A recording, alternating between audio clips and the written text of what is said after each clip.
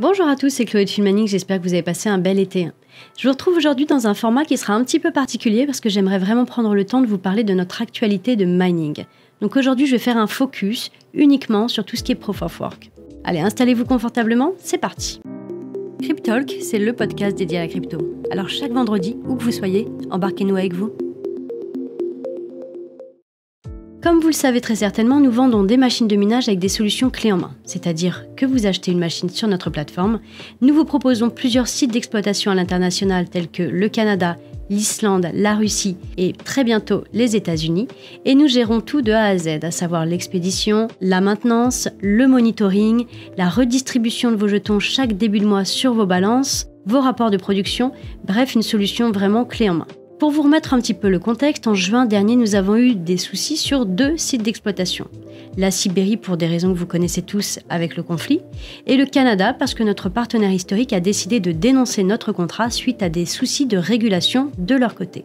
Des soucis qui, je le répète, ne sont pas de notre sort, nous avons été tributaires de leurs décisions et nous avons été impactés, et donc de ce fait, vous avez été impactés également à notre plus grand regret. Pour commencer, je vais vous parler de la partie hosting Sibérie. Comme vous le savez, depuis le début du conflit russo-ukrainien, la guerre a considérablement détérioré l'activité de mining sur le territoire russe.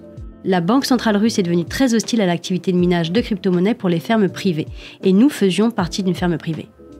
En revanche, de son côté, le ministère de l'économie russe se montre assez favorable à la régulation du mining et des crypto-monnaies pour autoriser et réguler l'exploitation du minage. Donc avec ces paramètres bien en tête et conseillés par nos avocats, nous avons décidé de signer un accord avec une ferme reconnue et approuvée par le gouvernement parce qu'il était très compliqué au regard de la situation de sortir les machines du territoire, à savoir vos machines d'ailleurs. Nous avons donc dû retenir la solution qui nous paraissait la plus sage afin de reprendre l'activité le plus rapidement possible. Il faut savoir que cette ferme de minage, donc en Russie, utilise également une énergie verte. Sur ce point, nous sommes très satisfaits de pouvoir conserver ce critère qui est très important pour nous et qui fait partie du cahier des charges lors de la recherche de fermes de minage. Nous allons parler maintenant de l'Hosting Canada. Donc, comme je l'ai dit tout à l'heure, notre contrat avec notre prestataire historique canadien a été dénoncé et donc nous avons dû trouver au plus vite un nouveau prestataire. Le mieux était de rester au Canada pour éviter les frais et les déplacements un petit peu inutiles. Donc, nous avons signé un accord avec un nouveau prestataire au Canada pour héberger tout le parc matériel canadien. Les machines déménagent donc de Winnipeg, où nous étions, à Huntingdon, désolé si je le prononce mal, ce qui représente à peu près une distance de 2500 km entre les deux fermes. Vous pourrez regarder sur une carte, vous verrez qu'il y a quand même un petit bout de chemin et que ça nécessite un petit peu de logistique quand même pour pouvoir effectuer ce transfert. Cette ferme de minage est toujours en adéquation avec nos valeurs, elle utilise de l'énergie verte et donc, encore une fois, on est hyper content de pouvoir conserver ce critère qui est si important à nos yeux. Alors concrètement, ces 2 transferts, comment ça va se passer ? Alors vos machines, que ce soit pour la Sibérie ou pour le Canada, ont été reconditionnées afin de voyager dans les meilleures conditions. Nous prenons bien évidemment la responsabilité et le coût qui sera lié au transport.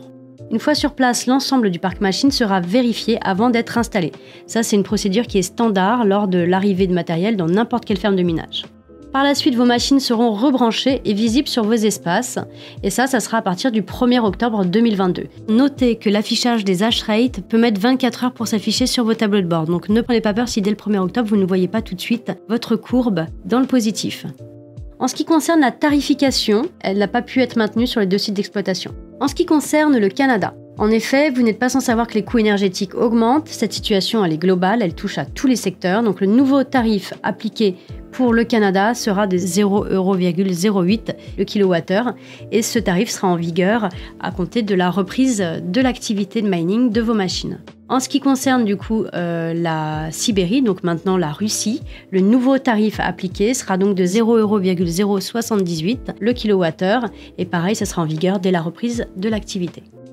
Si vous possédiez une extension de garantie, sachez que nous avons bien entendu réfléchi à cette donnée. Votre période de garantie sera bien évidemment prolongée à compter de l'arrêt des rémunérations de la machine et pendant une durée équivalente à l'intégralité de la période d'interruption. Donc ça sera bien sûr reporté. Sachez que ces 2 transferts de machines n'ont vraiment pas été simples à mettre en place. Déjà trouver de nouveaux partenaires à une période où tous les sites d'exploitation étaient complets, ça a été très compliqué de se faire une petite place, de renégocier, de re-signer des contrat, de redonner confiance tout simplement. Donc je tenais vraiment à vous remercier pour votre patience, votre compréhension pendant toute cette période d'inactivité. J'ai hâte de revoir vos machines branchées sur les poules de minage à compter du 1er octobre 2022. Ça va faire vraiment du bien à tout le monde. Cette période d'inactivité a vraiment été pour nous une grosse période d'apnée. On a eu l'impression d'avoir le souffle coupé. Et donc, je me réjouis de faire ce podcast aujourd'hui avec une solution. Je me réjouis de ces prochains jours où ça va bouger et où on va pouvoir reprendre une activité normale. À partir du mois d'octobre, une fois que toutes les machines de minage seront rebranchées, nous reprendrons une activité commerciale normale, à savoir on pourra remettre des machines de minage en vente. Pour le moment, il n'est pas envisageable puisque la priorité reste pour nous de reloger tout le monde dans de bonnes conditions et de s'assurer que tout est fait correctement. Voilà, n'hésitez pas, surtout si vous avez la moindre question, notre support reste à votre disposition de 9h à 17h du lundi au vendredi. Si toutefois le chat est fermé, vous avez la possibilité d'y déposer un ticket. Nous vous répondons sous 24 heures. Donc n'hésitez pas à les utiliser si vous avez la moindre question sur le hosting ou sur d'autres sujets, bien entendu. Nous restons ouverts à tout sujet de discussion. Voilà, je vous souhaite une très très belle journée à tous, un bon week-end et je vous dis à très bientôt pour de nouvelles aventures.